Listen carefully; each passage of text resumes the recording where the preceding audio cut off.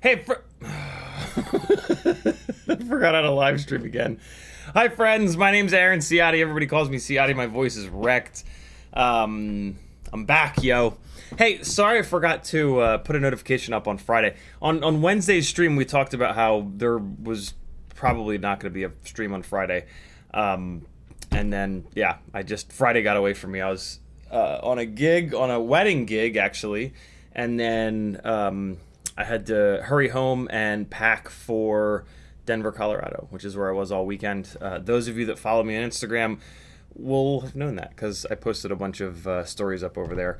And there's lots more to come. I got a bunch of footage, not as much as I wanted to, but I did get a bunch of footage on the Insta360 Go 2. We'll look through a little bit of it tonight. Let me actually open this guy up so that it will mount on my desktop. And yeah, I got sunburned. Denver is such a high elevation that you're actually closer to the sun, so you get sunburned much more easily. They also have shrimp there that they take the exoskeletons off of to make shrimp wrap. That's where all the shrimp wrap is actually made, is in Denver, Colorado. It's strange because it's inland. None of this is true. I was just outside all day without sunscreen on. And the Easy Up that I was under, you know, one of those pop-up tents, was white. The canopy was white. And I don't know if maybe that was letting some UV rays through. But prior to flying for 2.5 hours straight, yeah, I was out walking around and just schmoozing and, you know, having a good time. So yeah, I'm back. I'm, like I said, absolutely exhausted. I don't know how much I have in me. All I want to do is go to sleep. I was up at 6:30 this morning to get on a flight by, I don't know, times. I was up really early yesterday, really early the day before. So yeah, I'm just whooped. I'll be back to normal strength on Wednesday, but yeah, here we are, my friends. In the chat, who was first? Blizzard FPV was first. Frank Nicholas was next. Hockey Rounds, Freelo Joe, Wesley Clark, Northern Tier, Hush LOS, Mick Mucus, Danzil the Terrible, Freelo Joe, Hockey Rounds again, Rock Crawler, Adam Weston, Quad City Bay Area, Merryman, FamG. Luckily, I didn't forget how to read. I forgot how to live stream. I didn't forget how to read. Freeloader Danzilla the Terrible, Quad City Bay Area with a $5 super chat. Thank you so much, brother. He says, building my first Whoop Meteor85 Beta FPV 12 amp V3. No USB recognized. STM32 drivers installed. I'm lost. USB is powered. Should have bought the Bind and Fly. I'm a Mac guy, so I have no idea about the whole driver situation. Macs just work, so yeah, I mean, like, if you had fired it up and gone into the ports tab and like turned off the USB MSP, whatever it is, that first port, then that might be something. But it sounds like it's doing this from first plug-in. Certainly sounds like the AIO is broken. So I wouldn't spend too much time troubleshooting it. You know, if you have any other flight controllers that when you plug them into USB they work, then your computer's fine, right? So yeah, I would contact whoever you bought it from and say, hey, when I plug this into my computer, nothing happens. All my other quads are completely fine. When are you gonna send me a new one? Because yeah, you know, we sort of have Stockholm syndrome, and we just assume that everything is our fault. But if you buy something and you plug it in, it should work. If it doesn't, stop and tell them that they need you to send you one that when you plug it in, it does work. That's kind of where I'm at with it. If it has ever worked, like, yeah. So if yeah, there you go. That's all I have to say about that. There's no reason to talk anymore about it, unless I'm missing something. If it has worked before and you were screwing around with it, I guess you can try. No, you can't. There's really nothing you can do. I was gonna say you can try reinstalling the firmware on it, but when you plug it into USB, it won't. It doesn't work. So the end. Yeah, contact whoever you bought it from and say, WTF, mate. FamG is in the house. Danzilla, the Terrible Mother Earth Skin, Quad City Bay Area again, Bitterroot, Phonic. What's up, everybody? Thanks for coming. I'm in Joshua's time slot because I want to get out the door here and take a nap. I just, yeah, today is, woo! Yesterday was nuts. The day before was nuts. Let's, and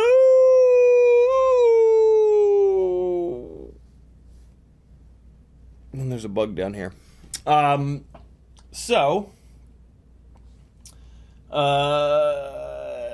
Yeah. NCL, National Cycling League. It is the NFL of cycling. There's an NFL agent, an ultra wealthy NFL agent who became interested in cycling and decided to start a cycling league. You know, NFL, National Football League, NCL, National Cycling League, right? Kind of makes sense. And so him being an agent, he's tied in with all these other football players who make an infinite amount of money because I don't know why. Yeah, they all got together and threw a ton of money at this cycling league, which is pretty cool.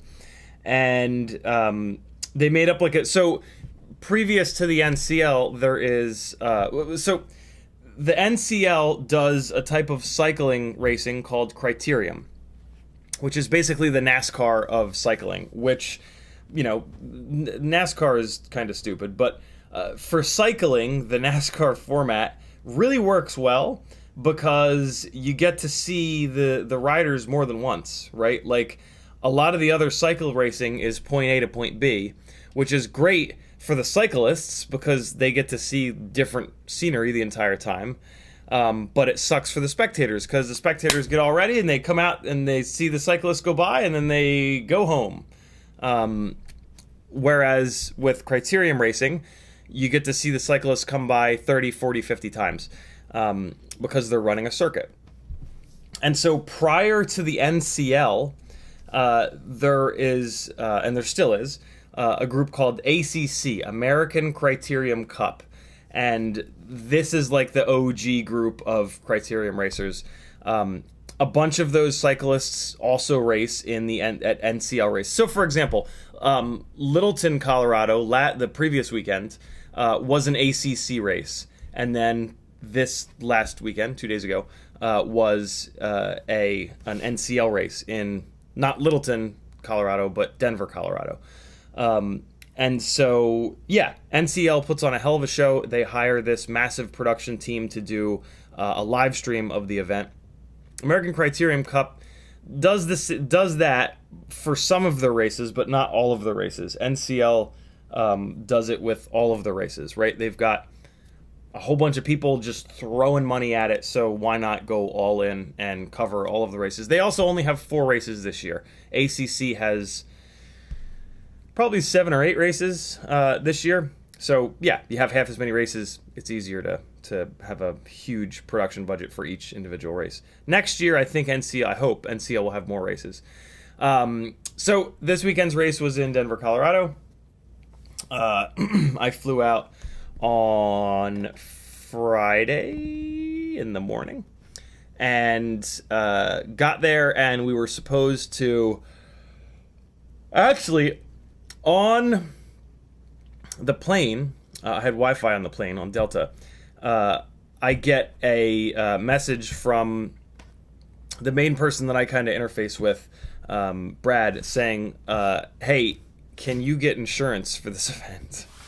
And I was like, oh, what? You guys always get the insurance.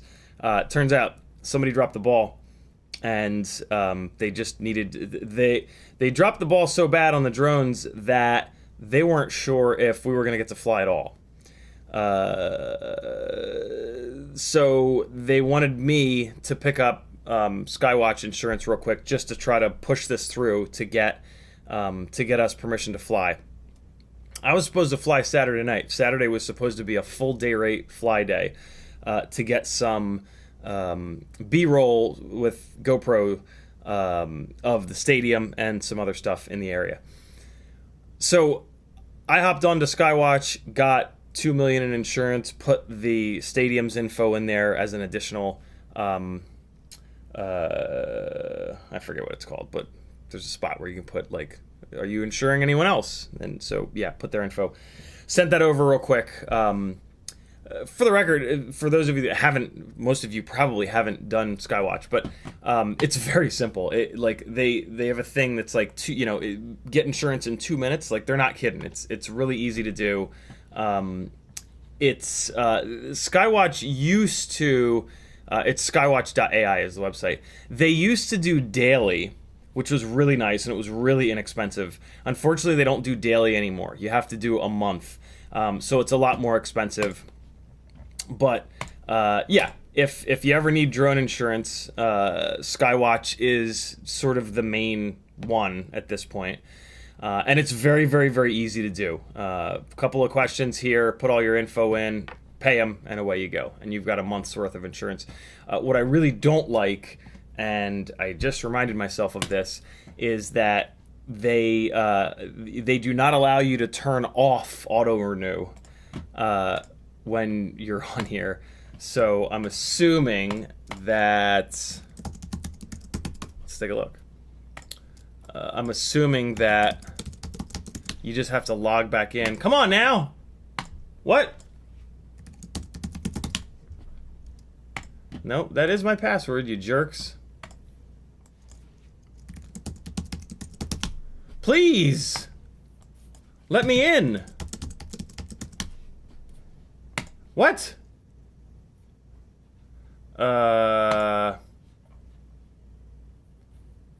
What? All right, whatever. So yeah, getting drone insurance is very, very simple on skywatch.ai. Sucks that they don't do it daily anymore, but I get it, I guess. So got the insurance, sent them all the info, and unfortunately, Friday night they didn't. I'm sorry, Saturday night rather. I flew out on Saturday. Saturday morning I flew out. Yeah, unfortunately, I was not able to fly Saturday night. So Saturday will just get billed as a regular, regular travel day.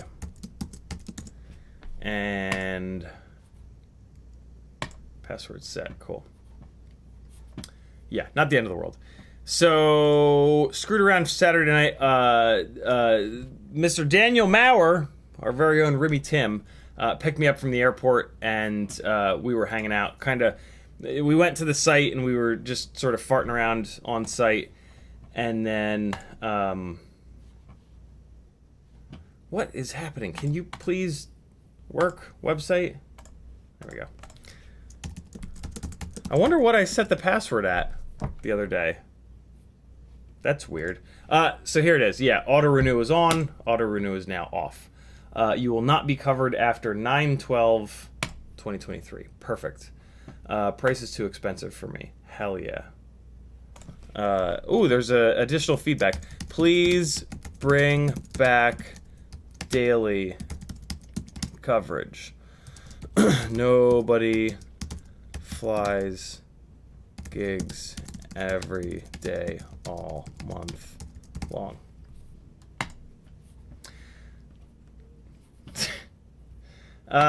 So yeah, Skywatch is easy to do. Luckily, Sunday morning, they got approval. I found out a little bit more about this. Basically, when essentially the stadium that this was being held in the parking lot of, they've got their own insurance. Their insurance company, and apparently all insurance companies that insure like locations, let's just say, are terrified of drones, just like everybody else, right? Like everybody's afraid of drones. They must have bombs on them, and they're killing people all day, every day.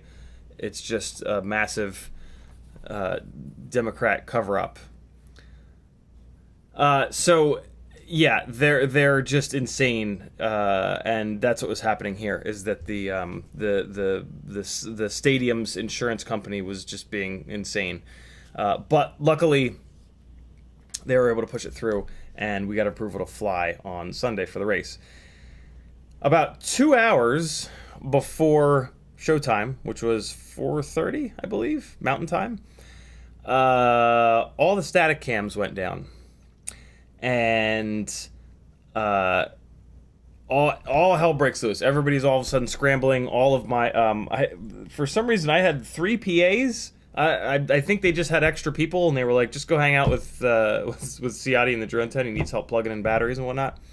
All 3 of my PAs disappear, and they start running. So they normally run like, well, not normally, but they either run fiber cables to the fiber optic cables to the static cameras, or old school, essentially copper cables.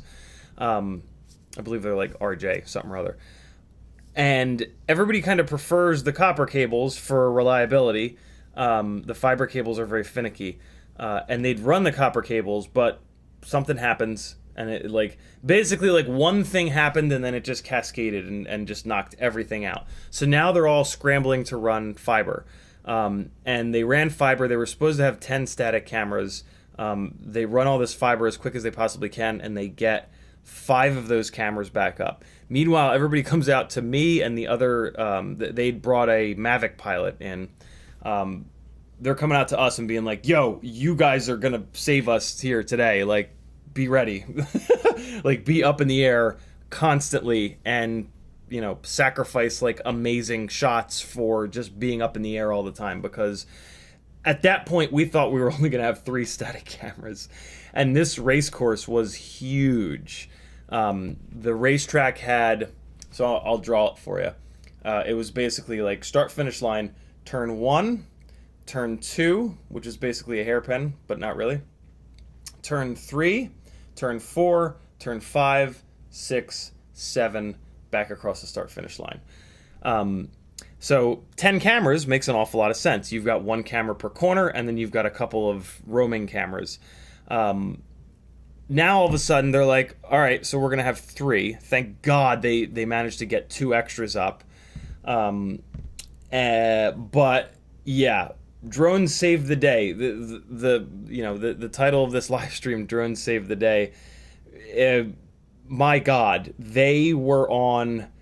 So I was camera 11, and the Mavic pilot was camera 12. They were probably on us 50% of the time. It was wild. They were just constantly taking our cameras.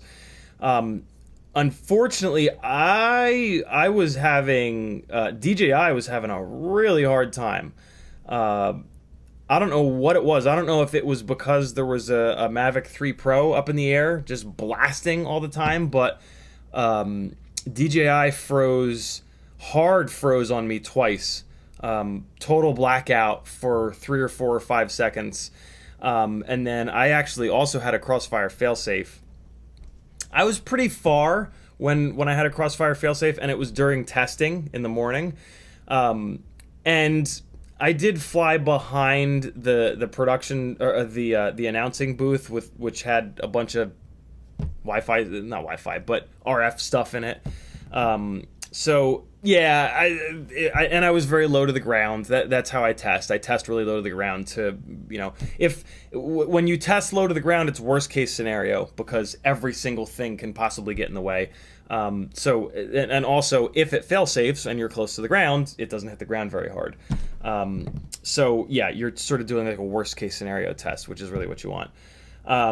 So I couldn't push down past much past the start finish line.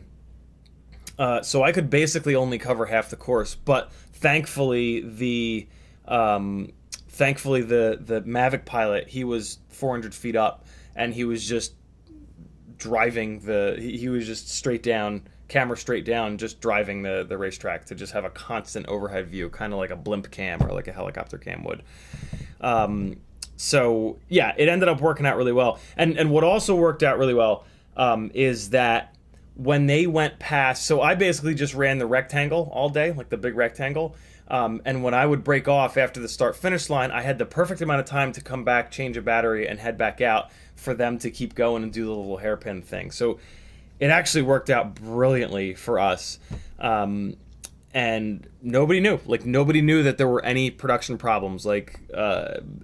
This crew is just phenomenal. I mean, these are like the best of the best, and they really know cycling. And this is such a great example of like why you pay extra for people that really know their shit, because when, not if, stuff like this happens and whatever, a car, runs over a bundle of cables and all the cameras go out or whatever the hell happened, you've got people that can actually handle it rather than spending no money and getting a bunch of idiots and something like this happens and they all just go, duh, duh, and you don't have a live stream and you've wasted $500,000.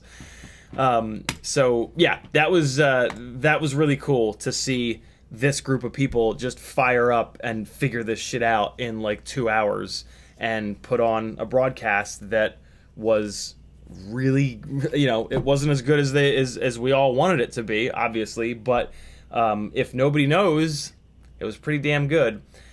So got it done.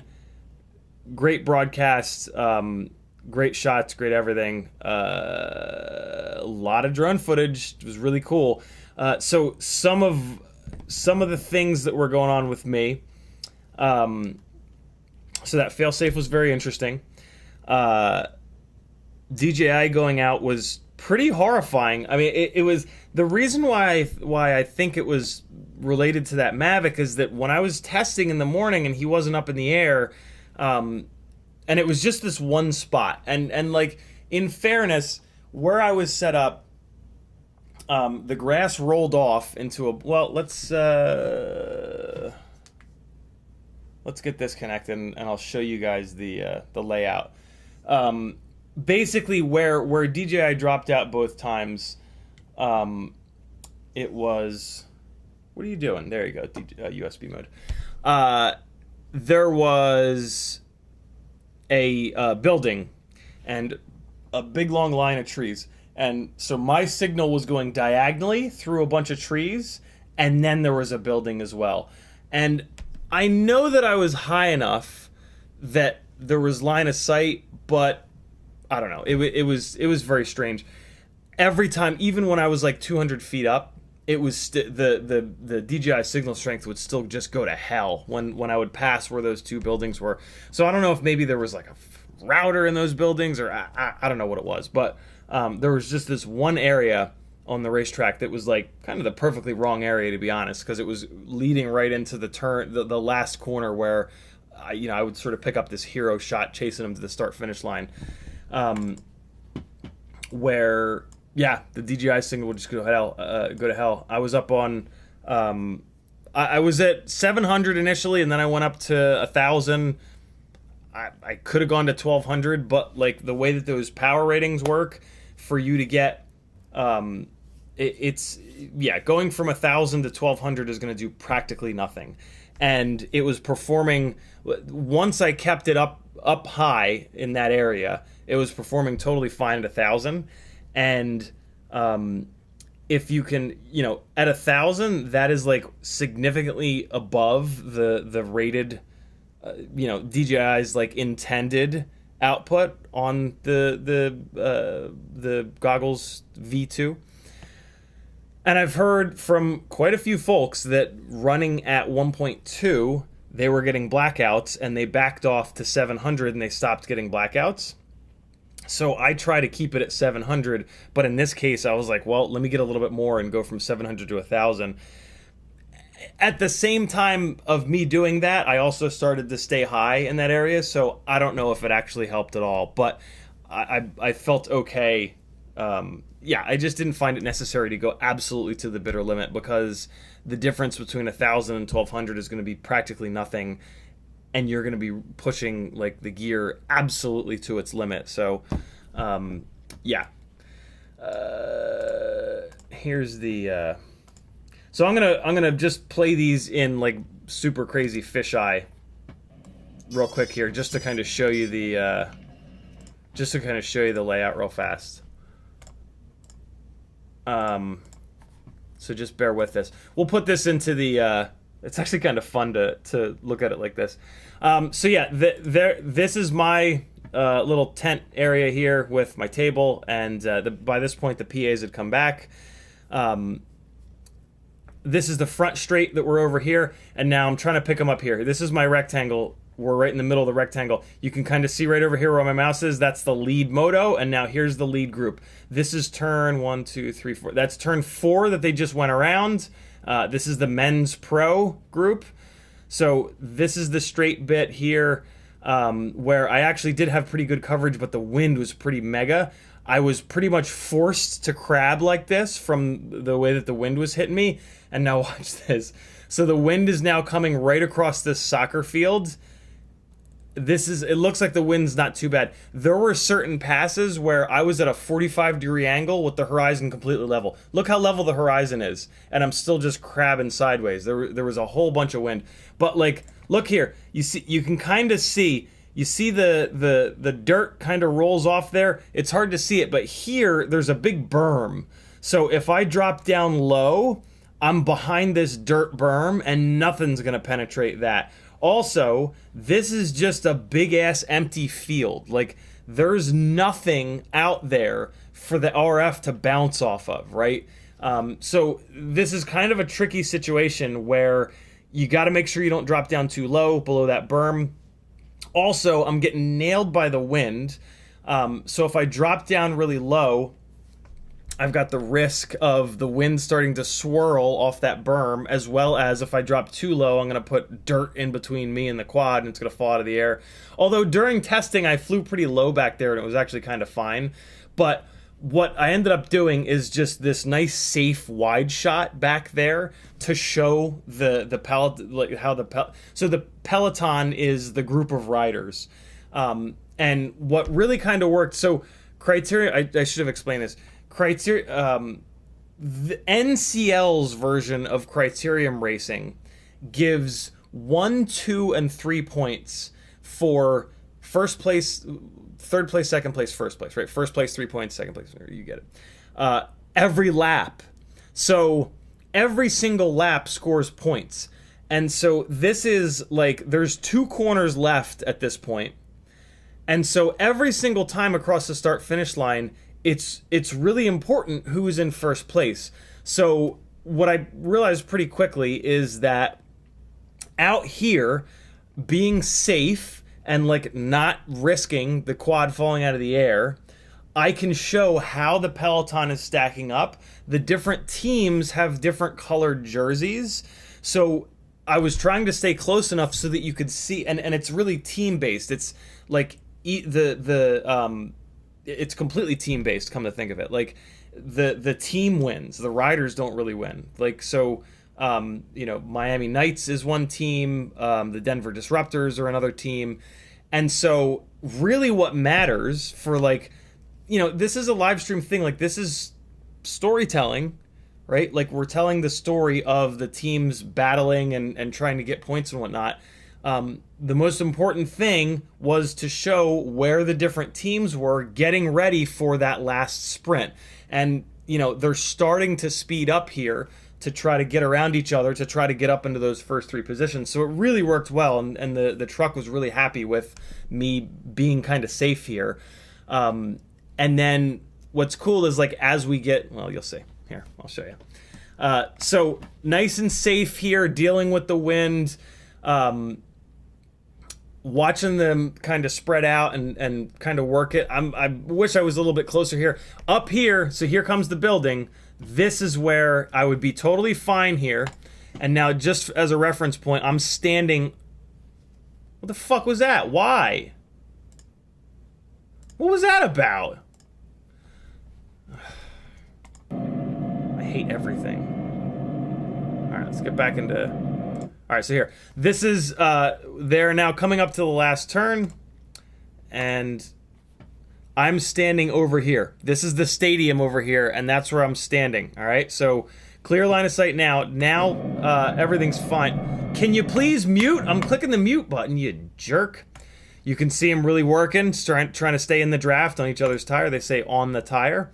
And now this is the building coming up. So right around here, right around now, I'm standing over there. This is this, like, building, and for whatever reason, right around now, the signal would just start to go to hell. And when I had the blackouts, it was pretty much like right now. But it was only when I was down low. This is when I had already figured this out, and I'm staying nice and high, showing the sort of strategy behind the different riders and different teams. This also worked really nice because I am now into a headwind, and Denver is at like 7,000 or 8,000 feet, so the air is very thin.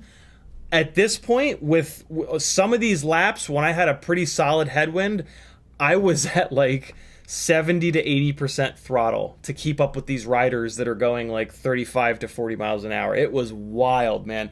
It was all AOS Cine because the air was so thin, and I just needed the most efficient rig possible. And, like, I mean, it's just stood up at this point, pushing into this headwind, just like jamming. It was pretty wild. Salt Lake City last year, I noticed what a huge difference air density makes.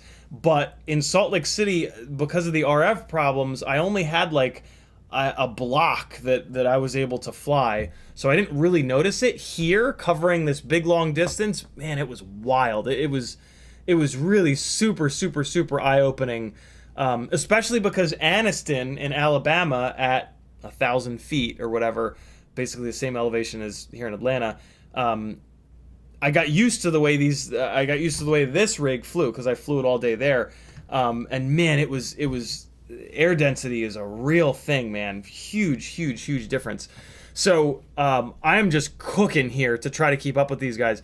And what was really neat is that by having this extra elevation, I could now, getting out of the headwind and dropping into like the hero shot, I could use the elevation to nose it down more and let it drop elevation, because I'm not so I'm fighting the wind like this, and then once I come out of the wind, it's able to drop down and use the elevation to pitch forward more and direct more of my thrust rearward to speed up and catch up to the leaders. And what that also does is it allowed me to fly through the pack to show a bunch of the teams and then catch up with the lead couple, like three basically riders, because you only get the top three are the ones that get points. As I come up towards the start-finish line, I catch those first couple of riders and show who actually takes it. So here we go. We're going to drop elevation down. I don't think I dropped much elevation on this first pass. This is still pretty safe. You can see the wind is just pounding me. Like, look at the trees moving around on the left. And at this point, I kind of had to pick. I had to pick either above the trees like I am right now, and I'm getting a little bit of swirling wind from the treetops here. You can see the quad getting kicked around.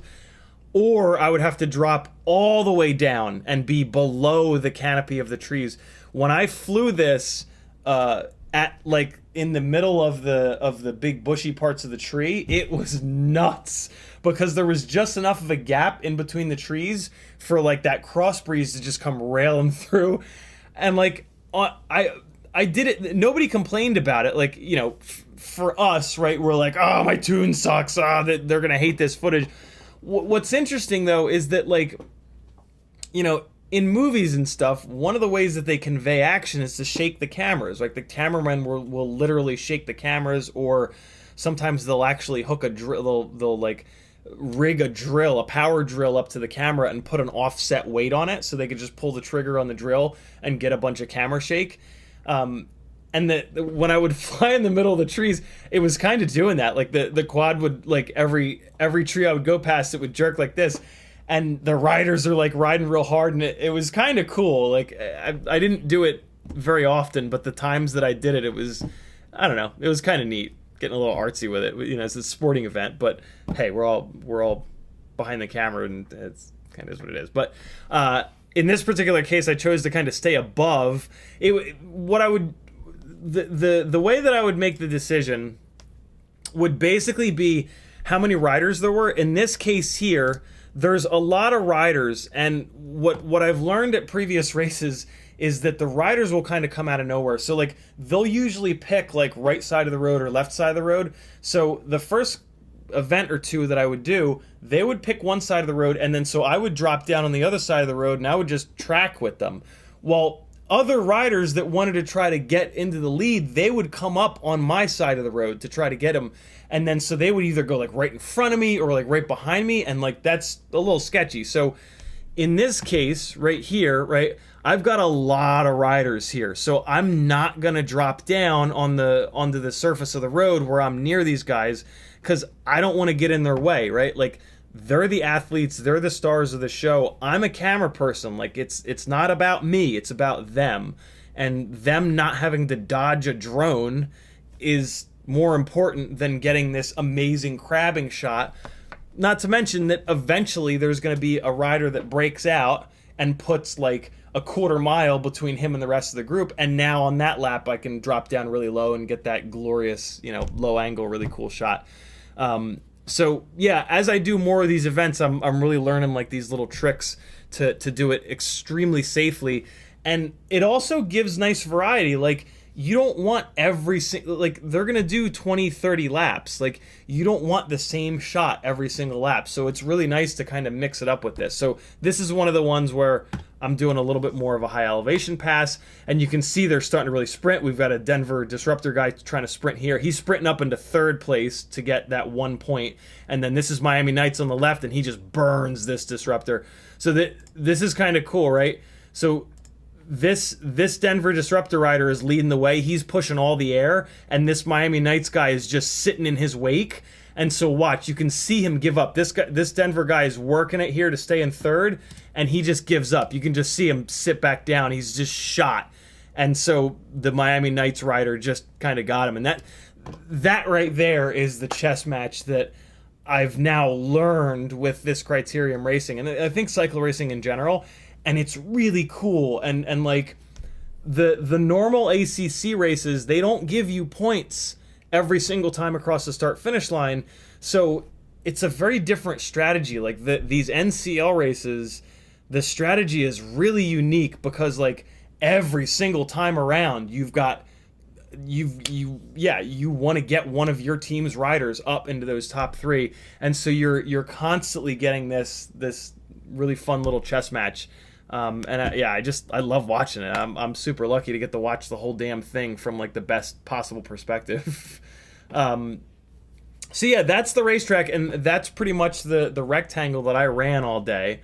The Miami Nights team actually won, and so here's our start finish line, and I think you can even see the timer. Yeah, so there's 59 minutes 53 seconds left at this point. And so yeah, Miami Nights got 3 points for that lap, and then Denver Disruptors got 3 points as well because they picked up second and third place, which is another thing that you would kind of see happening. Like one team would have one rider that would go on the break like that to try to get the first 3 points. Well, if another team had 2 riders, they could even them up by being second and third place. It's really neat format. Some of the cyclists don't love this format. They're used to the regular ACC format.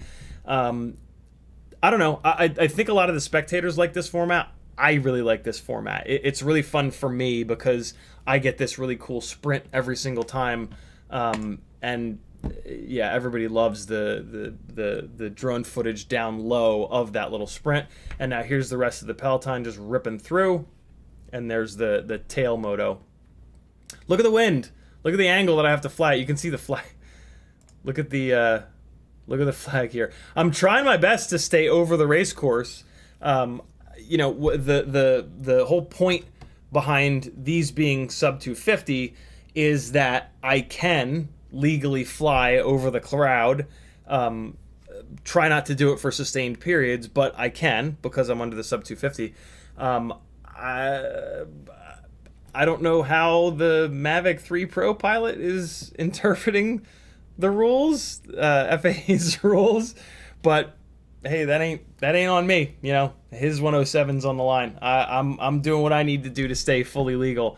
I assume that his philosophy is that he's always perfectly centered over the racetrack. So if it comes down from 400 feet, it'll never come down in the crowd. Racetrack is pretty narrow, but again, it you know, hey, not my 107 on the line. I was surprised that I assumed that he was gonna park it. I didn't know this until the end of the day. I didn't realize until the end of the day that he was tracing the racetrack. I assumed that he was gonna park it up above the soccer fields and just give a top-down view, and never be over the crowd. So yeah, at the end of the day, when I found out that he was tracking the riders all the way around, I was like, okay, homeboy, crazy. But you know, again, not my deal. And now this is my little flight home. I was changing batteries after every single lap, mainly because I could. I did not have, and this is one of the PAs that was helping me out. Thank God for them. Yeah, like I had the time. I tested and I was able to chase them twice. But with the wind gusting and then being nothing, like when the wind is blowing harder, it's eating up more battery because the PID loop was working harder. Yeah, it just made sense to change batteries after every single run. It made the PA's jobs a lot harder because every like 2 minutes or so, I'm handing them another battery and you know, working with them to figure out where the voltages were and when to pull the batteries off. But we got a good flow going eventually, and we made it work. But yeah, this is the shit that like you don't think about, right? Like you think of like, oh yeah, I'm gonna go fly a gig and I'm just gonna go and fly. It's not that. Like flying is the least of your worries. It's all the other stuff. And you know, I'm here with like 13 batteries and 2 chargers. You know, technically, if I'd had a third charger, it would have made it a little bit easier. But 2 chargers is actually enough. You just have to develop the flow. Like essentially, we would stop waiting for the batteries to go all the way up to 4.2. So if you guys have ever noticed, the lower the battery is in voltage, the quicker it charges up. Right, like as it gets higher in voltage, the charger has to push harder to get the juice into it. So by pulling the batteries off at 4.1, 4.05, 4.0, we were able to catch back up because at the beginning I told them like, hey, you know, let the batteries charge up to 4.2, but I was having to push, and that has worked at every other location, but because of the air density, because of the wind, we were taking more out of these batteries, so we just had to adjust. And yeah, that's why you hire somebody that knows what they're doing, right? And I was able to stay up in the air the entire time. I would come back, and unplug XT30, battery strap up, crack the battery off, hand it to my left, grab another one with my right hand, back on the rig, Velcro down, XT30, wait for DJI to boot, back up in the air. And I was at turn 4 early for them to be coming around. So eventually I was able to like take a breath, take a drink, and it just flowed really, really, really nice.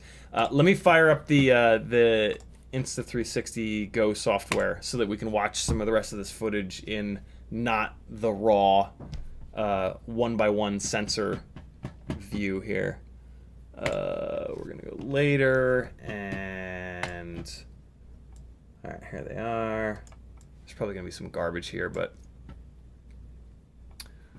oh god, no, it's fine. Oh, for Christ's sakes.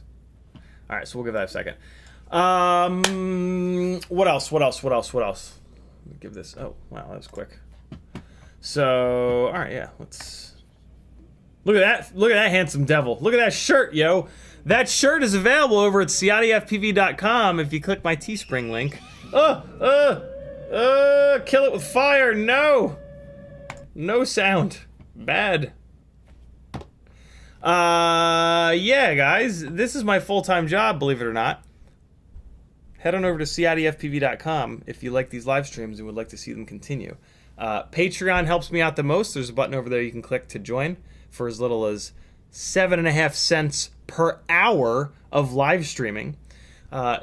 If these live streams are worth more than 7.5 cents an hour, you can get in on some giveaways.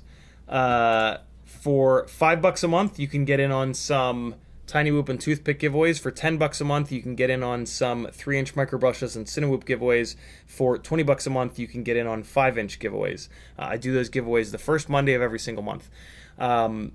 There's also a Fiverr page that you can work one-on-one with me. I'll teach you how to do this stuff, how to fly better, how to build better, how to tune better. Take advantage of somebody that's been in this wild, weird FPV world for over 7 years, and gain many months worth of knowledge in a half an hour or an hour. And then, like I said, there's a Teespring store where you can get that shirt that you just saw, or this shirt here. Why is it frozen? Come on, OBS, you jackass. And there's a whole bunch of affiliate links. If you're ordering something on the internet, someone has an affiliate link for that website. See if you can find it real quick to help them out, and then you'll have more content to watch for free here on the YouTube. Yeah, I'm just gonna let this roll. So when we got really behind on batteries, the adjustment that I made was to not pick them up at turn 4.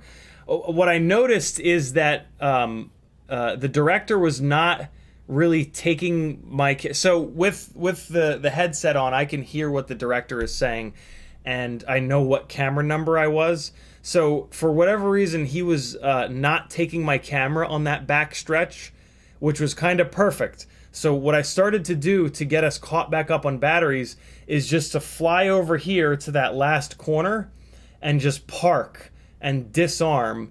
And that was, we got down to the point where there were only like 3 charged batteries. So I did this a bunch of times. I just came over here, parked it, waited for the riders to come around, and now I'm gonna pick them up. So let's go to 16:9. So that was the leader that actually went through, but the director was focused on the rest of the peloton here, so I waited. I let the leader go, let the static cam pick up the leader, and now I'm going to come up here and grab the main group that's coming here. Here they are.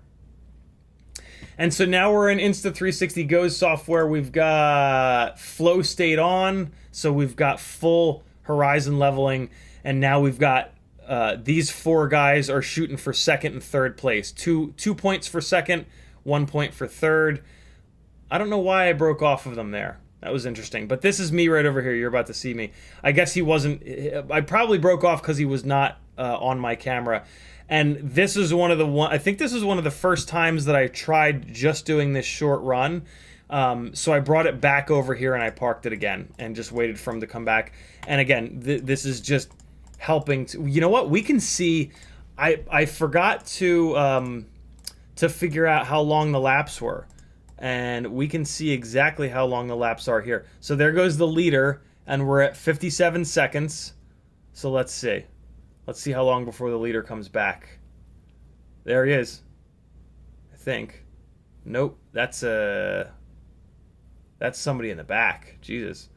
So we were at 57. Lead moto should be coming soon. Here we go. Starting to zoom. So there's...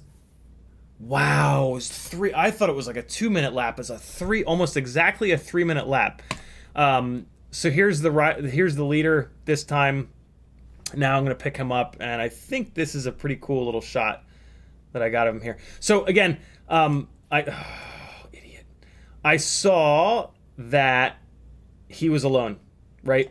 As he's coming up here, I can see that there's nobody behind him. So I can just own this piece of road, right? Look, there's a huge gap behind him. So I can just own this. I don't have to worry about somebody else coming up and ramming into me or getting in anybody else's way. So this is when I made the choice to drop down. These are the runs that I made the choice to drop down low and get this really nice low angle, nice sense of speed, cinematic kind of shot.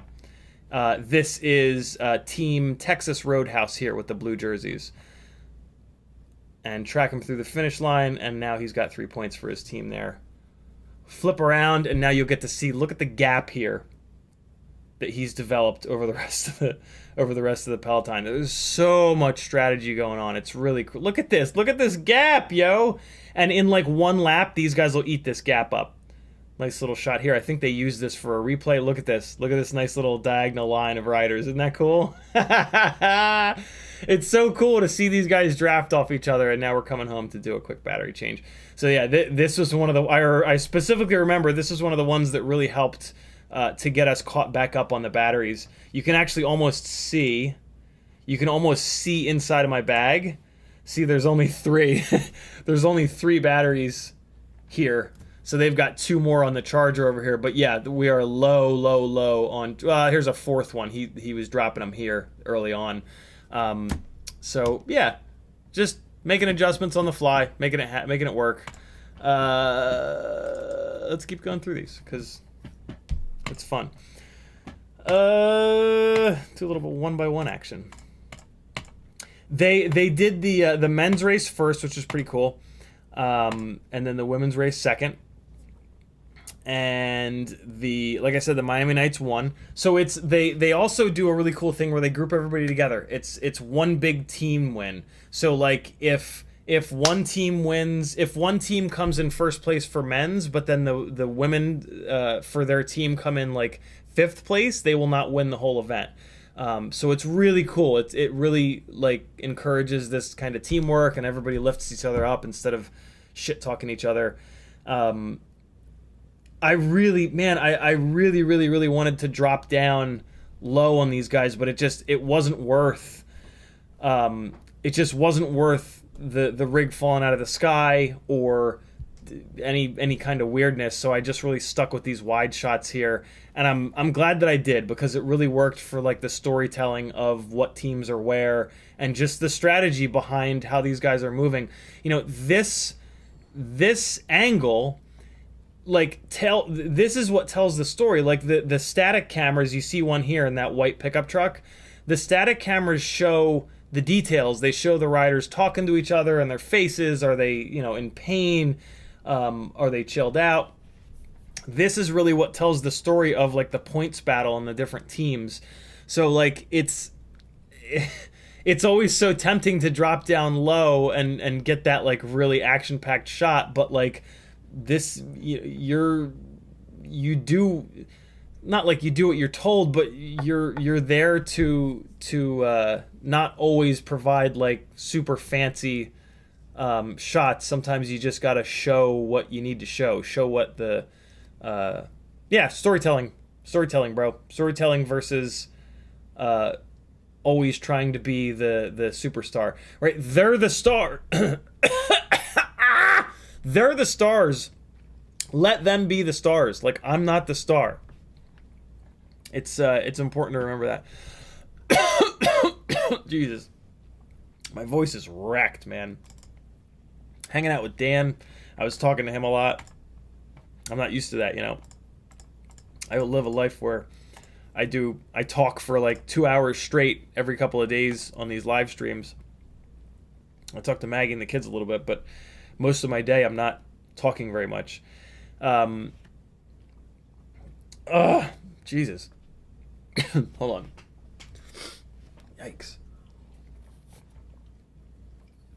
By the way, this is the Insta360 Go 2. Look how good this looks. And this is in flat. In the software, well, what I'll end up doing is pulling this into Premiere. But yeah, this is their flat color, so that's why it's kind of muted. That's what you want. There's good shadow, there's good detail in the shadows of the trees here. There's also good detail in the sky. When it's overcast like this, it's kind of easy. But look at the Peloton grouping up. So now this is this game that they play of like who's gonna push the air first. They use the lead rider, who is directly in the air, uses 35% more energy than the riders behind them. So when you see them group up like this, they're waiting to see who's gonna punch out in front and burn themselves out. So this is one of the really cool things that happens. So just what you got, this one rider on the left who's kind of thinking about it. You got this Miami Nights rider in the blue jersey in the front here. He's kind of hung out to dry, right? So watch what happens. And now they're gonna go back to single file so that they can all start drafting. Well, single file-ish. And now here's this lead group of 3. And now you got this, he's up on the pedals. He's going to try to get up there for this jump 3. He got hung out to dry, and now he's done. And now this teammate picks it up, and they're going to try to get that 3rd point. Oh, this is actually the women's group. We're into the women's already. And there you go, Denver Disruptors in the lead. I don't know what this white team is. My guess is it's Denver Disruptors. But yeah, that's a perfect example there of how effective the draft really is, and how much strategy there really is to, you know, they're not just athletes. Like these are smart people that are figuring this out. And this, you see this Miami Nights rider also clipped that Denver Disruptor rider. You would have thought they almost had like a 1-2-3, but yeah, they got him. I don't know. I hope this is as fascinating to the rest of you as it is to me. If it's not, it sucks to be you, but this is just super cool. Maybe it's some of this stuff is like in motorsports too, with drafting. The draft is super important. Not nearly as important as with them. Oh, there's the Mavic overhead. I didn't see him all day, but there he is. He's centered on the racetrack. If he'd come down, it would. Oh, look, he's got little prop guards on it. Ah, okay. It's certainly not sub 250, but it looks like it's got prop guards, doesn't it? Yeah, that's got prop guards on it.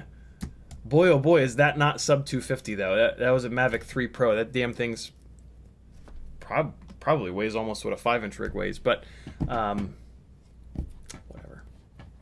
I ain't gonna talk shit. You do you, bro. Everybody, you do yourselves. So yeah, now we're into the women's race. The men's race was nuts, and trying to keep at least 2 or 3 batteries charged was the biggest struggle. The women's race, it wasn't quite as difficult. Also, the wind did die down a little bit, which was really, really nice. Although towards the end of the race, it started picking back up again, but we were already ahead on batteries by that point. We'd also kind of developed our flow. So yeah, this is me getting to turn 4 a little bit early, which I was trying to prevent, right? Because right now I'm just burning battery for no reason. I was trying to get to turn 4 at the exact right time so I could pick them up without wasting any juice in the hover. And now look how slow they're going. This is towards the middle of the race, and they're trying to conserve a little bit of energy here. And this is one of the things that, like, you know, I'll set my up tilt for their speed, and then they'll do this stuff, and they'll kind of do a couple of laps where they're slowed down, and it's like, shit. I'll have them on the bottom of the frame, and I'm like, there's really not a whole lot I can do. I mean, the best thing that I can do is to drop elevation, but again, it wasn't worth. We had the overhead Mavic 3 Pro, and then there were some static cams, so I could just be safe and not, sacrifice a shot you don't always have to have the shot for them. There's other cameras that can cover you. Watching them kind of splay out here. They call it getting on the tire. When they're in the draft is when they're on the rider in front of them, in front of their tire. And now you can see it happening again. They're all grouping up. They're seeing like who's willing to break away, who's going to break away. And I started to play around with this a little bit. He would never be on my camera here, so I would loop out so that I could get a real nice run. And now he would take my camera like right around now to show the group, nice straight shot into the trees. And damn near every time at this point I was on the big screen, I was on the live stream, and there they go, man. Just Disruptors and Miami Nights, and now we're gonna have a Miami Nights 1 and 3. And there you go, 3 points for Miami, 2 for Denver, 1 for Miami. That's a 4-2 for that lap. So yeah, man, that's kind of it. On my way back, every once in a while I would get some crowd reactions for them to kind of bank some footage. Unfortunately, a lot of times they were looking up at the big screen by that point because the riders are no longer in front of them. But you know, I'm heading back to the tent anyway. Might as well get them a little bit of B-roll for them to. There's somebody who is specifically there gathering footage for them to use for replays and whatnot. So that's me giving that person a little bit of footage to kind of work with. Little things you kind of pick up just doing this over and over and over again, having seen some of the live streams, having seen some of the playback, and just listening to them talk over the comms. You know, I can hear when they call for like I would do like I'll do something like that, and then I'll hear the director say like, hey, so and so bank drone footage for that just now from the crowd reaction. It's like, oh cool, he likes that, I'll do it again. You know, just like anything else, you do it a bunch of times, you get better at it. Towards the as we progressed, so we do what's called selling a shot. You give the director something to look at, and he notices it, and he doesn't necessarily take your camera every time. But if you show him something cool a few times in a row, you will sell him that shot. And if you keep doing it, eventually, if it's nice and if they like it, they'll take it. So I had done this little elevation drop here a couple of times in a row, and the director Mark eventually started taking this shot. And I think this was one of the ones where he actually was on me. And it's just a cool, super smooth little, you know, I'm kind of surfing the wind right now, and I'm letting the wind kind of push me out, and I kind of reveal, you know, show the first 3 and then reveal the rest of the peloton there to show the gap. Let it slide out a little bit and then punch back in, and now link back up, and this is me kind of blowing it. I would have loved to have dropped down elevation, but you can actually really see. Look at this berm here. You see this? I'm over there, but like I'm you know, my transmitter is what, 5 feet off the ground, 4.5 feet off the ground, right? Because I'm holding it at my waist.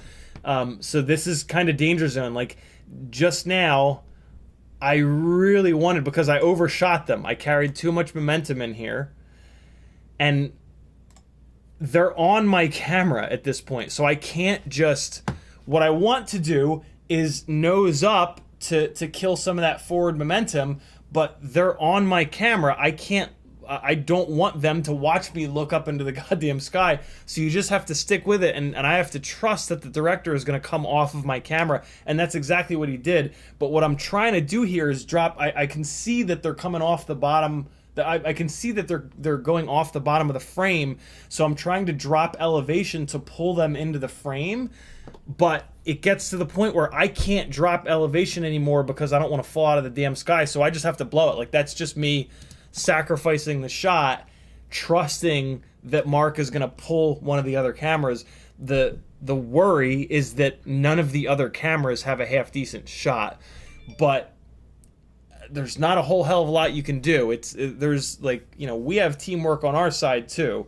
Man, it's just so fun, man. It's just like, it's this like incredible like troubleshooting. Like, it's everybody is troubleshooting and trying to find the best shots, and like FPV is just so difficult to do this. Like, to keep a shot framed up with a static, locked-in camera that has up tilt, also fighting the wind, trying not to have it fall out of the sky. Like, it's just such a fucking amazing... I love it. I absolutely love it.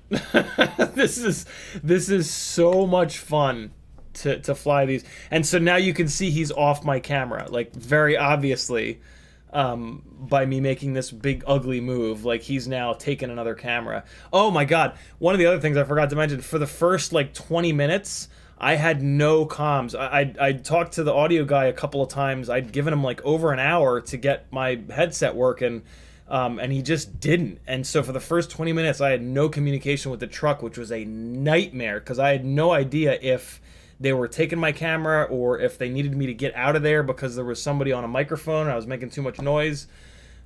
So that was rough, man. I've never not had communication with the director. The main focus is always on the first three, so you're always going to see me focusing on the top three.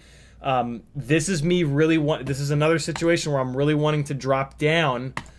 I'm having trouble. I think at this point I still had a little bit too much up tilt on the camera, which is why they're on the bottom of the frame like that. I believe I pulled the up tilt down a little bit.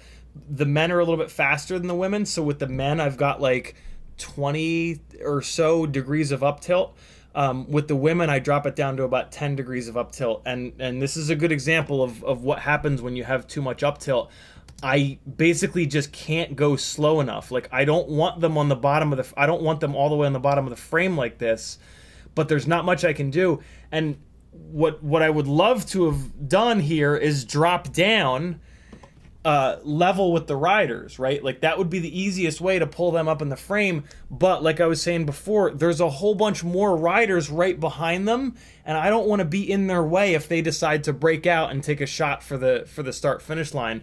So this was a case where, again, I just had to give them the best, safest shot that I could, and if they had another camera, they would probably take it at this point, because that's kind of ugly, them being all the way off the bottom. But I kind of salvage it here, drop down just above helmet height. You can... Oh, I forgot to switch the camera. Or the scene, rather. Yeah, I did kind of drop down pretty low here. You can kind of see that I'm just barely above camera height. Like, look at the pop-up tent here. But, I mean, at this point, I'm going under the start-finish banner, walkway, rather, and I'm wanting to be low anyway. And I'm out of the way. Like, you can just barely see... You know, this is the worry right here. This is what I do not want to get in this rider's way. So it's a little bit of a dance that we do. And I've made the mistake in previous events of being too low and having riders come right past me, and that's not great. This is me rushing back to the tent for some reason. Using a bunch of throttle to get back quick. I'm not sure why. But, yeah. Looks like we got one more. This last file is just, I don't know, I think it's the camera inside of the case, because it's just black the entire time. I think this is the end of the women's race. This should be the last lap. Maybe? Yeah, I think this is the last lap of the women's race. I think I planned it perfectly where I had the Insta360 Go 2 on the rig for the last... That might have been the second to last lap, actually. And now I think this is the last lap. You've got two Miami Knights riders in front. Denver Disruptors here. I don't know what this white jersey is. I think it's another Denver rider. And at this point, I'm you know, it's like last lap time, go for it, drop elevation down low. This is the elevation that I wanted to be at all day, but it was just, you know, play it safe. And now that, okay, so here's another really good example. Mark, the director, had taken my camera, I believe, right around now. So I'm now live, and so now I'm locked in. I can't all of a sudden change elevation. Like, I'm here to stay. And at some point here, you'll see when he comes off my camera, right? So he's still on me. Still on me, still on me, still on me. This is what we want to see, all this little movement. And now watch, ready? You can see when he comes off my camera. And bang, now he's off my camera. And now I'm going to sprint forward and try to get another shot for him. So now he's on either the overhead drone or he might be on this camera here from this truck. And so now I'm trying to line up another shot that's a little bit more interesting than just the straight follow shots. And now here we go. So link up. And I don't think he took me here, but this is just, you know, me giving more options. Mixing it up. And now I'm going to like rock this down here. And nope, he's not on me. Yeah. So he did not take me there. So now I'm like, okay, I'm going to leapfrog back up and I'm going to line up this. And now here we go. Last sprint to the finish line. And now this is me keeping track of where they are, keeping them off on the left. I need to know exactly where they're at so I can do this little swoop here. And now here we go. And he took me down. I think he took my camera for this last little run. And I said, fuck it, drop down low. And now I'm in between these trees, but you can see the trees are not moving. And we can get this really nice little shot. And the Denver rider just got hung to dry. Miami Knights first and second. And that's it. That's Miami Knights winning the race right there.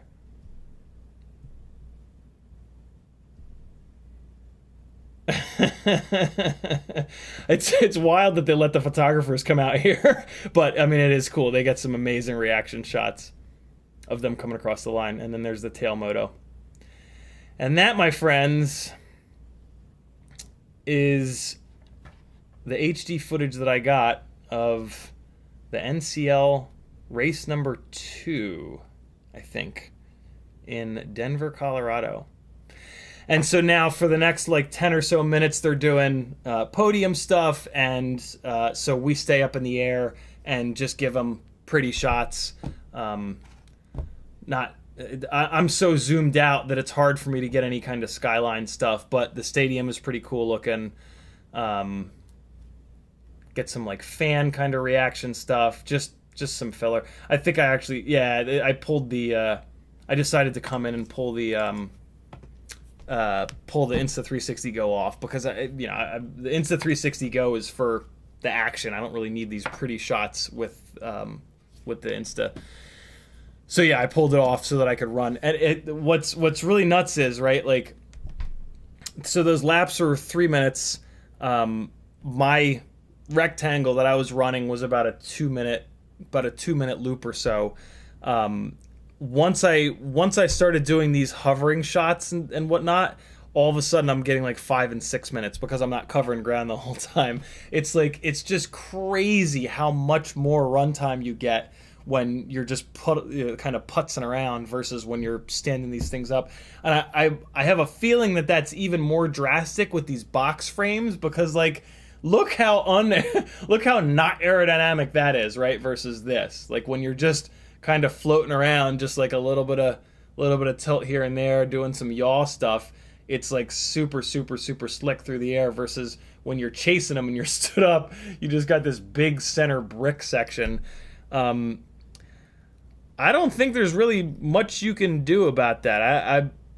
I feel like enough of us have been doing these live streaming, live flying, actually I should call them, events, and pretty much everybody has gone to box frames. So I think this is about as good as it's going to get for us. I wish there was a way to, I don't know, I wish there was a way to have something that, I think that the main thing with these is the deal with the cross breeze is better. That this I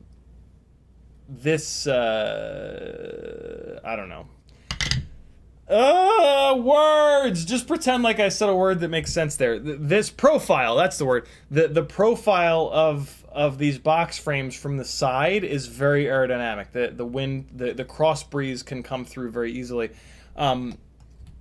The cross breeze was another reason that I didn't drop down super low. Like at Anniston, with the buildings blocking the wind, man, it felt very comfortable for me to drop down low and really give those super exciting shots. The cross breeze here was much more erratic and it was much stronger. So when dropping down really low like that, the worry is that I'm going to get blown into the rider. So I was playing it a lot safer. also at Aniston, they had 10 static cameras, so they had much more coverage, whereas here there were 5. So it was like, give safe shots all the time, so that if they do not have, and there were situations where they did not have a single camera that had a half decent shot, and they would have to take either me or the Mavic 3. So you got to adjust, and man, I love it. I love that. I love how like complex it is and how deep it is behind the scenes, and having all those things kind of and weighing them, and like, you know, I want to give them a great shot, but it's better to be safe in this scenario, and you know, today's not the day. Next time we can get the crazy red on their shoulder kind of stuff. Yeah, it's really cool. So that was Aniston, yo. Remy, Tim, and I did go-karts on Saturday night, which was super fun at a spot. My back is just bruised to shit from the plastic seats and the damn things. And then, unbelievably, this last weekend not in Denver, but like 45 minutes from Denver, there was a fucking street league race. There were like 20 some odd FPV pilots racing while I was doing this. So after the event, after the NCL race, we met up with a bunch of those guys. Mike from GemFan was actually there at a Crapplebee's, and they got drinks. I went to In-N-Out Burger for the first time and ate a diarrhea burger, and that was really good. And then, yeah, we went to Applebee's, hung out with some FPV pilots, and then went back to the hotel and crashed. And here I am now. Flew home this morning, and now I'm hanging out with my favorite people in the goddamn world, and it's 9:22. Look at that. So, one Crossfire failsafe, and for the record, the Crossfire failsafe was on the QAVS, so I always test with the QAVS because it can crash without completely exploding.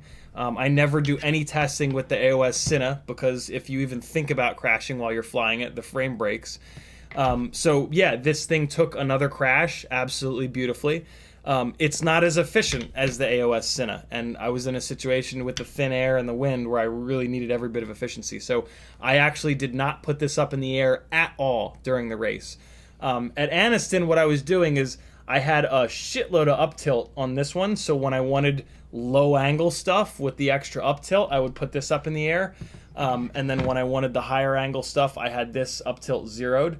But in this particular case, it was just this rig the whole time for the extra efficiency. So this flew all day long.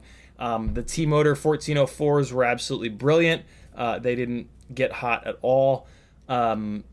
I would love to have had a little bit more thrust. This thing was, it was a little more underpowered than I wanted, but the trade-off is that it was more efficient. Although, what I really wish is that there was like a 5,000 kV 1404. I wish that these T motors were 5,000 kV instead of 4,600, because they weren't getting hot.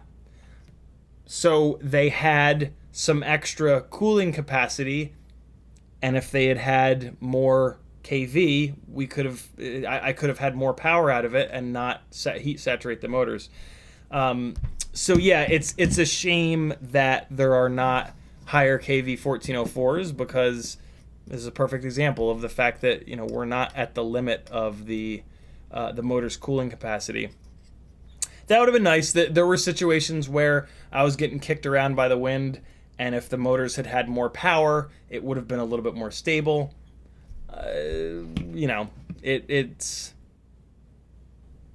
for a really efficient, hideously lightweight motor. They're phenomenal, and when not at 7,000 or 8,000 feet above sea level, they've got plenty of power. This is like a comedy of. That's not true. I was about to say a comedy of errors, but that's not true at all. This was a situation where, like, they had everything going against them, right? The thin air, the wind. It would also help if we had pitchier 2.5-inch props, but these Azures are pretty pitchy. So, in a perfect world, T-Motor would make a 5,000 kV 1404. Pedro Tomei says he has Zing 1404 5500s. Unfortunately, the Zing motors are way too heavy. In order to keep this thing under 250 grams, these motors are, I have to run a very lightweight 1404. Goons FPV says 6S. 6S would put too much stress on the ESC, and I would end up with a platform that's not reliable, and reliability comes before everything else when you're doing professional work like this. So, yeah, anything beyond 4S is just not smart to do with micros and small electronics. So, technically, yeah, maybe 5S, but still, it's not worth any risk of reliability. 4S works great, and yeah, that is absolute top priority. Having your shit fall out of the sky is a great way to not get any work ever again, because it's a fairly small community, and every time you fall out of the air when there's thousands of people in the crowd and a whole bunch of top tier athletes is like completely unacceptable. So yeah, even for like freestyle stuff, when you're not in such a high stress situation, 6S is just not a good idea. It doesn't get you any real performance benefit. It doesn't get you any extra efficiency on micros. Technically, sure, it'll get you more RPM, but yeah, it's just not worth it. It's just not worth it. I forgot to get caught up on the chat. I just dove right into screaming and yelling. Mick Mucus, if you want to talk to me directly in the chat, all you got to do is type CiottiFPV. When you do that, it'll light up an orange. What the hell? Oh, I hit the wrong button. That's what it looks like when you type CiottiFPV for me. Mick Mucus says, yo, ganglies. And all the ships at sea. All the ships at sea? What's that mean? Hockey Round says, poo poo pee pee. Rockcrawler says, hey, Ciotti and Gangly Gang. Matt Weston says, can't wait to hear about the trip. Well, you just did. Merryman says, yo, you made it. Oh, here, we can do this too. Why you gotta sign me out all the damn time? Oh, my God. Is that my, I don't know if that's my sign in. This is not gonna, hold on. Is that it? I have some,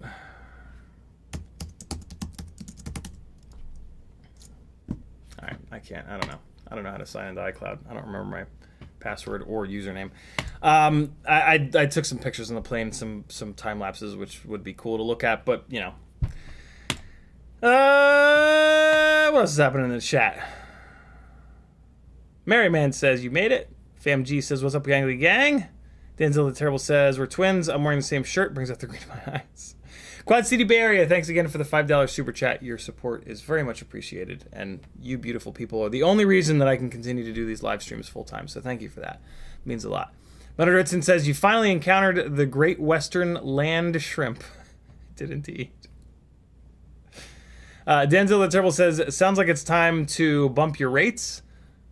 Why is that?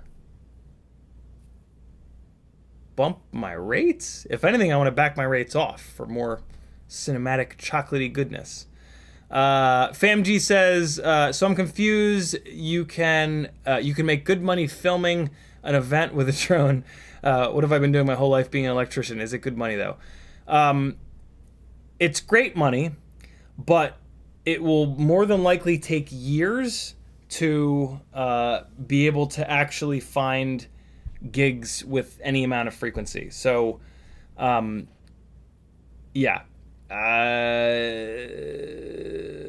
Look at it this way. There are probably less than 30 people on Earth that are able to fly FPV full-time with gig work. That's not because there is an abundance of gigs for us. So, yeah, it's very difficult. And I'm not one of them. I cannot book enough gigs to do it full-time. I would be, 2 years ago, when everybody was getting stimulus checks, there were a couple of months where I was canceling loads of live streams because I had tons of gig work. If I had enough gig work consistently, that would still sort of be the case. Like, I love you guys and all, but flying these gigs is the greatest thing on earth. Like, there's just nothing better. It's just the greatest thing ever. It's just hard. It's hard to find the gigs. It's hard to convince people that FPV is safe. It's hard to deal with all the regulations. It's hard to manage all of these relationships and communicate with all these people and keep it all straight. It's super, super, super difficult. If it were easy, everybody would do it. For me, it is absolutely worth it, and I am completely fine dealing with all the BS to be able to do this. But yeah, it's tough. It's very tough, but it's well worth it, and I would not give it up for the world. Meteor85 says, where exactly was that in Denver? Kind of looks like a place I might have flown when I went out there for work. So that was Dick's Stadium, which is near the hotel that I was at. I don't know. It's Dick's Stadium. If you Google search Denver, Colorado, Dick's Stadium, I'm sure it'll come up. Denzel the Terrible says, would being up high in a scissor lift help your connection problems? It absolutely would. The problem with that, we've talked about that at length. The problem is getting me a table with the smart controller and a PA and shade, because the smart controller overheats if it's in the direct sunlight, and power and all the other shit. So yeah, we've talked about doing it, but it's super difficult. The hardest thing would be getting shade on and getting two of us up there. It also becomes an issue for landing. Like, trying to land on a scissor lift and not chop myself or the PA up would be a little bit of a nightmare. So, yeah, it's we haven't figured out a way of doing it that makes much sense. And, you know, I gave them shots, I gave them images that they were thrilled with. And at the end of the day, what else is there? Like, you know, like, being on these riders' shoulders the entire time, like, it seems like it would be a cool thing, but like, the races are like an hour and change. You don't want the same thing over and over again. It's actually like really nice to give them some variety. And I can tell when I give them variety, they take my camera more. Like, when I do the same thing over and over again, eventually I will stop hearing take camera 11. And so yeah, it's really nice to be on comms with the director, because you get feedback constantly. Like, if you're doing a good job, he's taking your camera, and you hear it every single time. So it really allows you. And again, now that I've done a bunch of these events, I'm really starting to dial in with what I can do that they like the most. And yeah, that's the name of the game. So it ends up, again, it's this incredible balancing act of, like, trying to be safe but give good shots.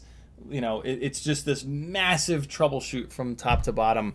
And I just find it to be the coolest thing in the effing world.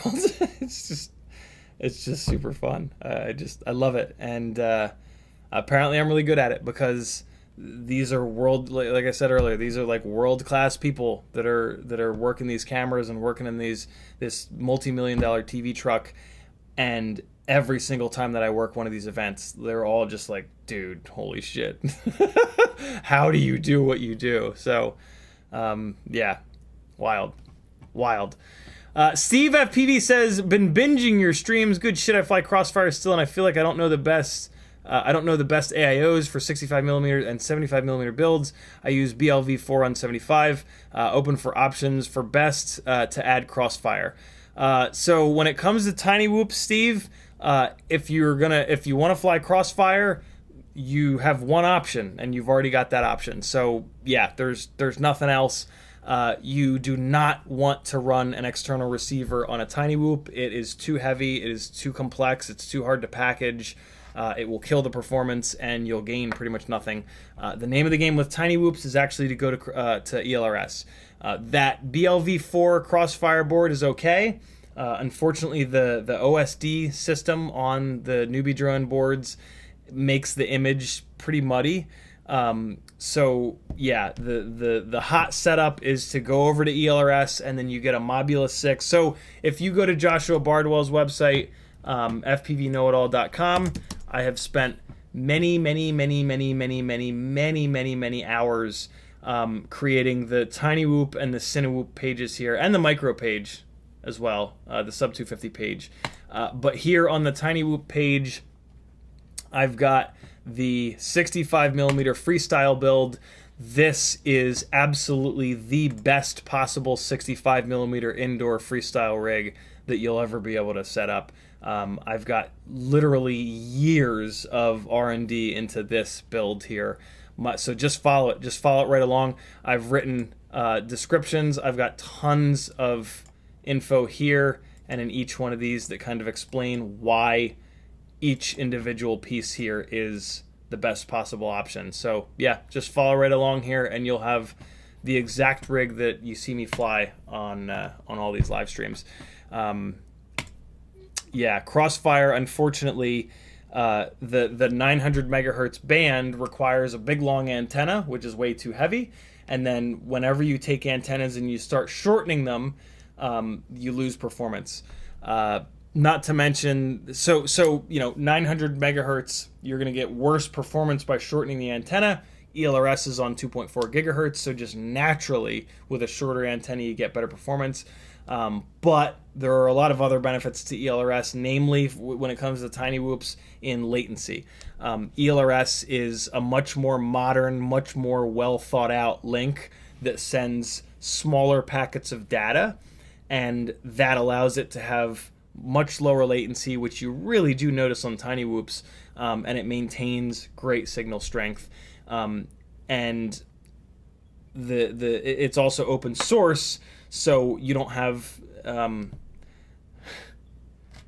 somebody that's kind of mean running the company, not allowing other companies to use their technology because he's constantly saying that everybody is stealing his shit.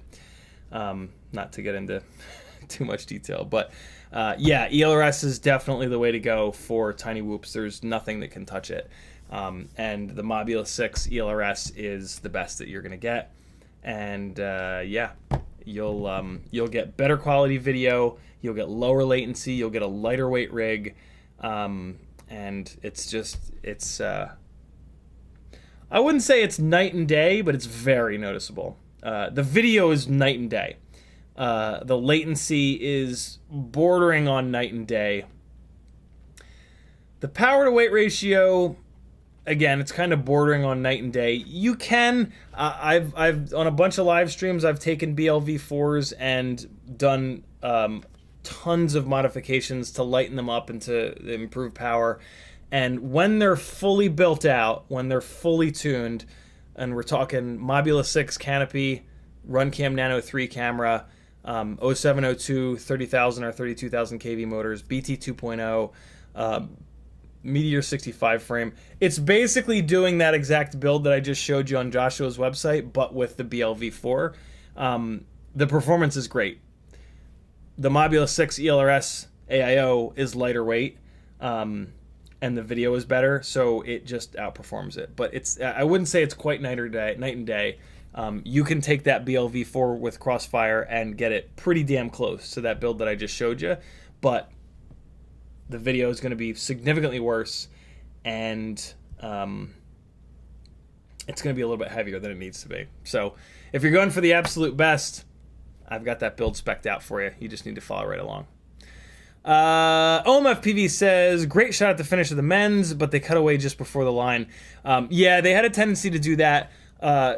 Me showing the positioning of the riders, it's not going to change right at the finish line, so they tend to cut to a reaction shot of the riders' faces So yeah, it's totally fine. I every once in a while they would hang on my camera under the thing. They're also managing. They've got thousands of people that don't know shit about shit watching the live streams. So their live streams, they get a lot of feedback from idiots saying, "Jesus Christ, get the fucking drone out of there. It's gonna kill someone." So they kind of cut around any like thing that can be kind of sketchy, just to appease the morons of the world that are anti-drone. So yeah, sometimes I've noticed that more and more, which is what it is, right? Everybody's troubleshooting, everybody's trying to make everybody happy and put on the best show possible. Mo FPV says, "Yo, Steady Eddie says, very cool. Did my first drift event last weekend. Fun playing with how drones track the cars. This perspective of the cycle packs is very cool too." Yeah, there are. It's really neat as we find more and more stuff that FPV fits really well with, and I think we're still just barely scratching the surface. I think we're just going to keep finding more and more very specific things that FPV is a really nice match with.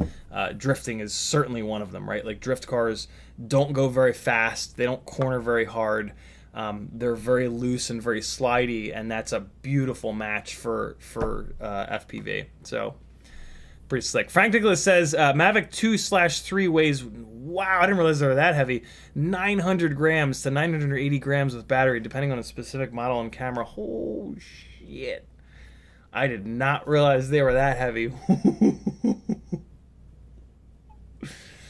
Oh boy. Yeah, hey man, you want to put that up in the air over a crowd? That's you do you, my friend.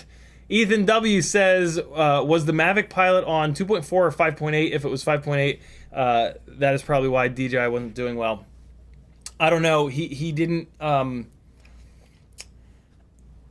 Any of you that have, I'm sure some of you out there have had run-ins with Mavic pilots, and where they're kind of disrespectful is a pretty strong word. I think what it is they're a little jealous of FPV pilots. This guy had no interest in having any kind of a conversation with me. I tried to invite him up to fly near me so that, because I explained that sometimes when Mavics power up, they can blip the Vista system. So I asked him if he could come up and launch and fly from up by us, and he just said no. I was like, okay. And yeah, I don't know. He just didn't seem all that interested in me as a human being at all. But then what was weird is, like, after the event, he was like way cooler with me. So I don't know. But I tried to be cordial with him prior to the event, and I was just like, okay, you do you then, bro. He was also running, he had like a gimbal, and he was running some static camera stuff, so maybe he was just busy or whatever. But I just did not get a great vibe from him, so I just kind of said, okay, you do you, brother. There was also what I really got blown out. So get this, apparently Sony makes a lifter. Sony lifter drone. There it is. Sony AirP. Wow, it's $9,000. Jesus.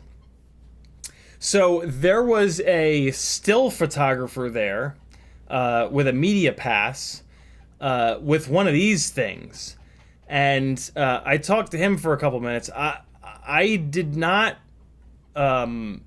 I should have specifically asked him, but so he put this up in the air early in the day. So for the record, the batteries for this thing cost $250 each, and they only run for 5 minutes. I don't know what the hell the deal is with that, but yeah. So he had this thing up in the air earlier in the day, and I went and talked to him, and he made it sound like he was just getting a couple of push-in shots of the stadium, and that was it. I did not expect him to go up during the actual event. And my understanding from the production crew was that me and the Mavic pilot would be the only ones in the air during the event. When he went up during the event with this, holy shit, did it stomp on my Vistas. Oh my God. Luckily I was on the ground when it happened. I was waiting at that, at turn 7. But the Vista went red and then it went to nothing. And it froze, and I was just stuck there. And I went into the goggles and I tried changing channels, and it did that thing where it would one channel would show that it had full signal, and then you would quick go down to it, you would select that channel, and then all of a sudden it would have 0, and then another channel would show that it had full. So I was just stuck on the ground while he went up. I did eventually find a channel that had some signal strength, and I jumped myself up over the barrier and cruised home really low on the sidewalk. But yeah, man, I don't know what the hell was going on, but man, when he was in the air, it just stomped all the hell over me. See if we can see what... Nah, of course, B&H doesn't have any actual valuable information on the damn thing.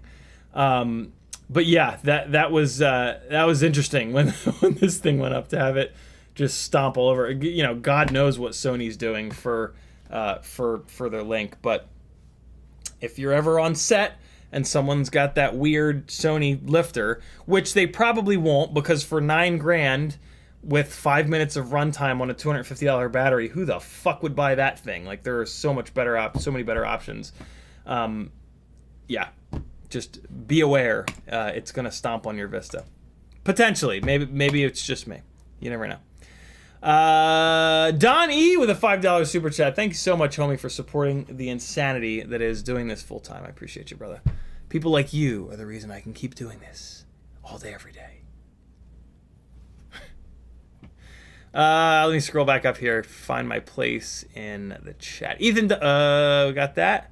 Meteor85 says, from the Discord, it looks like an ELRS dev is trying to make your 2.4 900 dual band dreams come through. Nice. Good find, Metal. Hell yeah.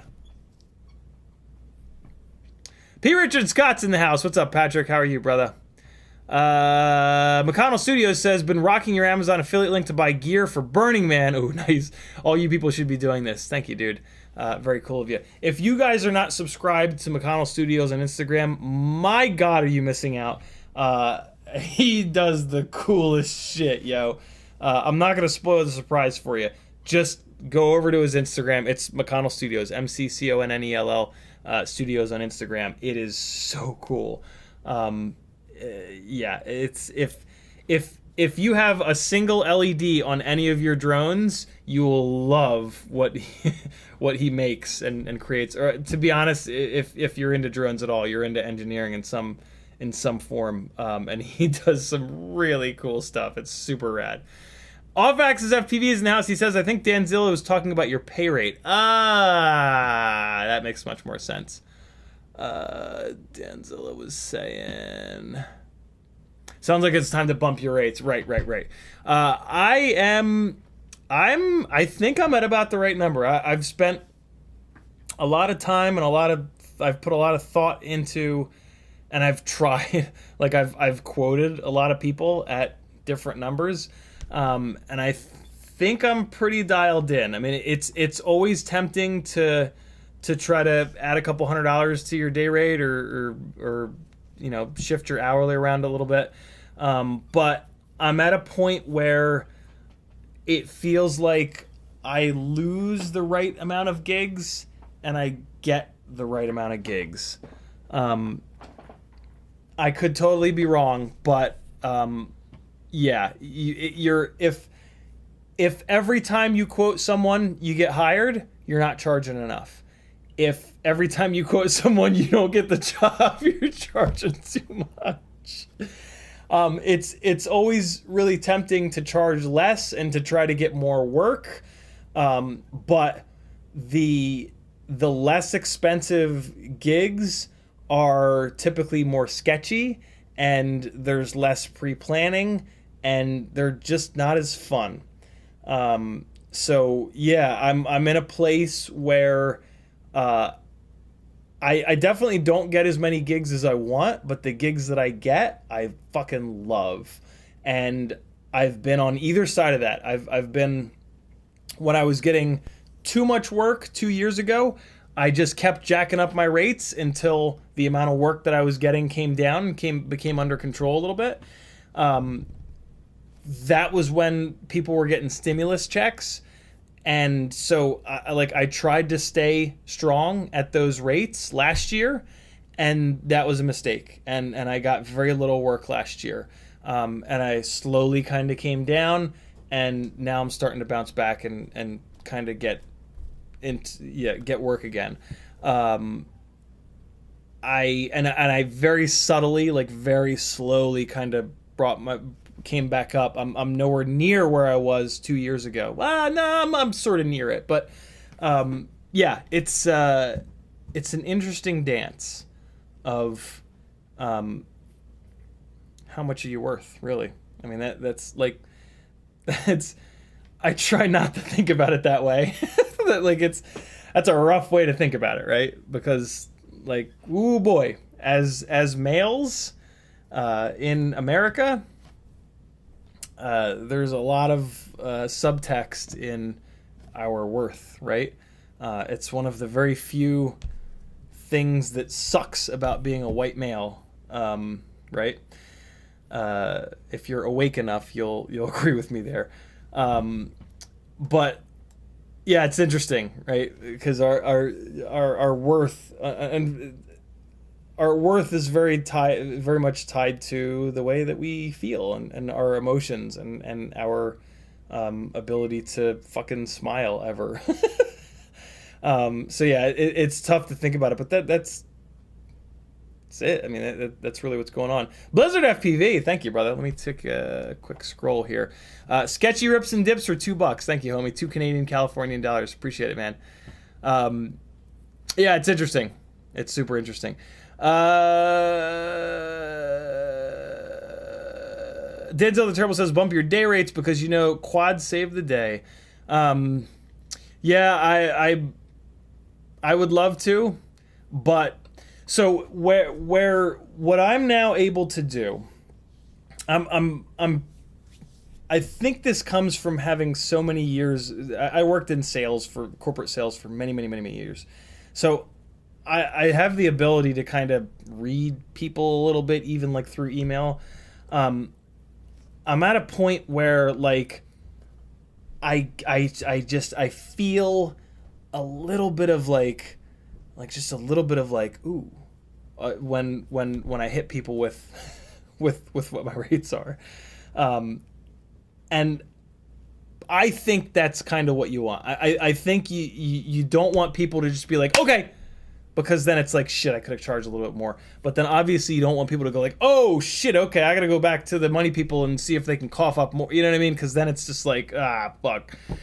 I'm in a spot where it's like there's just like a little bit of hesitation, but then it feels like they just kind of go like, well, okay, yeah, he's been around a long time. We've worked with him before. Okay, yeah, he's worth it. I think, I don't know. I'm making it up as I go along, right? I mean, I base a lot of this stuff off of shit that I've learned from still photography, for doing that for many years, reading books on it's mainly still photography. Photography is a great starting point because it's been around forever. It's really well established. There's a ton of info out there. There are like actual physical books devoted to like how to go pro as a photographer, and there'll be many chapters on how to price your work and whatnot. So yeah, that's what I'm sort of basing it all off of. I don't think anybody has all the answers. I've talked to pro photographers that make 6 figures a year, and they seem as confused as me sometimes. So yeah, I don't think anybody has the answers. You just have to try your best and be realistic and not have an ego about it. Ego is what gets a lot of people in trouble, right? Like they get one big profile, high paying gig and they're like, well, shit, I'm worth $5,000 an hour. and then they get nothing for the next year because they can't get their ego out of the way and realize that that 1 gig, sure, they had a ton of money and you were worth the amount for them. So yeah, it's wild. It's wild. I don't love this part of it, but I am lucky to be able to navigate my way through it and not fall to pieces. That is not, like, I've seen plenty of people that can't figure this side of it out. So I don't know. I'm lucky that I've had the experiences that I've had, and I've, yeah, kind of fallen into this. Meteor85 says, wow, I did fly my toothpick there. Maybe I'll drop a DVR on the Discord just for fun. Very cool. Nice. Talking about the stadium, I guess you flew it in the stadium. I was really bummed, man. I was really looking forward to flying. I had the Tooth Fairy 2 with me, all ready to, and my Hero 10, and I was super excited Saturday night to fly the stadium. Because I would have been able to charge my full day rate. My full day rate for Saturday rather than my travel day rate. Travel day rates are just half. Usually, mine are. So I would have made a bunch more money Saturday, and also that stadium was really cool. There was a bunch of like supports, and there were these cool like sunshades, and like, oh man, somebody that works for the stadium should be fired for not allowing us to put, and the stadium was empty. So yeah, someone should literally be fired for not allowing us to put this rig up in the air for 30 minutes. No chance of hurting a soul.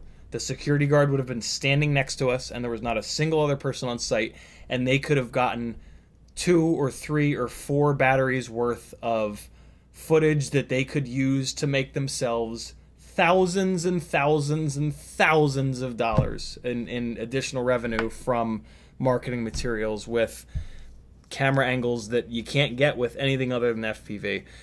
So that's really a shame, like across the board, right? Like that sucks. That really sucks for everyone involved. My only hope is that they see some of the coverage. I was really trying to, they didn't want me flying like over in whatever the stadium, even though it was even empty on the day. But I really did try to show them how fucking cool FPV makes that stadium look. And I really hope that someone gets taken out back and beaten with a rubber hose for not saying, sure, you can put no one in danger and get phenomenal footage that we can use for the next 5 years in all of our marketing material to get people to come, more people to come to our stadium. That's a shame. It's a shame that people are so dumb. Mr. Blue Sky says, been out of the loop, but JB mentioned a new connector to use instead of the BT 2.0. Is this a thing? The GNB A30. Yeah, GNB made a BT 2.0 with a little slot in it. And so, yeah, if you can find the GNB A30 in stock, that's what you should be using instead of the BT 2.0. The quad side of the connector works with standard BT 2.0 batteries. So I don't know. There's no reason for any of these battery manufacturers to put the GNB connector on any of their batteries. So I would assume that all the battery manufacturers will continue to put the regular BT 2.0 connectors on, at which point it kind of doesn't make sense to buy the A30 connectors, because if the batteries are going to continue to come with BT 2.0, you might as well just get the... I mean, you know, if you want to stick it in the eye of Beta FPV and say screw you for making a proprietary connector, okay, get yourself some GNB A30s. Personally, I'm just going to keep buying BT 2.0 connectors, because even if batteries start coming with the A30 connectors, you can just carve off the notch and then it'll work in a BT 2.0 connector. So yeah. The A30 is a better connector because it's open source. But, you know, I've got an awful lot of BT 2.0 batteries and an awful lot of BT 2.0 connectors. So it's kind of like, okay, I'll stay with that. But, yeah, that's the situation. Bacano Studios says, balancing value against having to work to pay the bills is the challenge of making a living creating. It is indeed. And Matt knows that way better than I do. He's been making a living creating incredible art for a long time. And he's had some really valuable feedback for me. And it helps me a lot to follow his Instagram and see what he's doing and pick things up here and there. So yeah, I'm lucky to have him be a part of my life. And yeah, he's also just a super cool dude. So subscribe to his Instagram or I'll kill you. Sugary OD says, aren't manufacturers charged to use the BT 2.0 where they won't be for the new connector? Absolutely, but everybody is already on BT 2.0. So even though they're going to pay more for it, it's kind of like, well, yeah, I don't know. Regardless of what happens, you can just modify the new connector to work with either one. So if they start coming out with batteries with it and you're on BT 2.0, you're just going to have to take an X-Acto knife. If not, it kind of is what it is. So regardless, we going to be all right. It is 10:02. I am exhausted. I'm going to go spend some time with Maggie. I've missed the shit out of her over the past couple of days. I love you guys, but I'll see you on Wednesday. Here comes something. What am I going to play? Rampage Micro Drift Edit? Let's play the Rampage Micro Drift Edit. That'll be fun. All right, people. Wednesday we'll link back up. I'll be less sunburned and more awake. And we can do something. I have no idea what we're going to do on Wednesday, but we'll do some Tiny Whoop stuff. Maybe we'll continue to fix the fleet, because I think we only fixed one rig last Wednesday. So yeah, we'll get the fleet back up, I think. Let me get you some copyright-free music going here for this little outro. This one should work. I don't think this is one of the super overplayed ones. I love you guys. Be good. Thanks for coming. CiottiFPV.com if you like these live streams and want to see them continue. I rely on support from beautiful people like you, just like NPR. Be good. See you Wednesday. Later.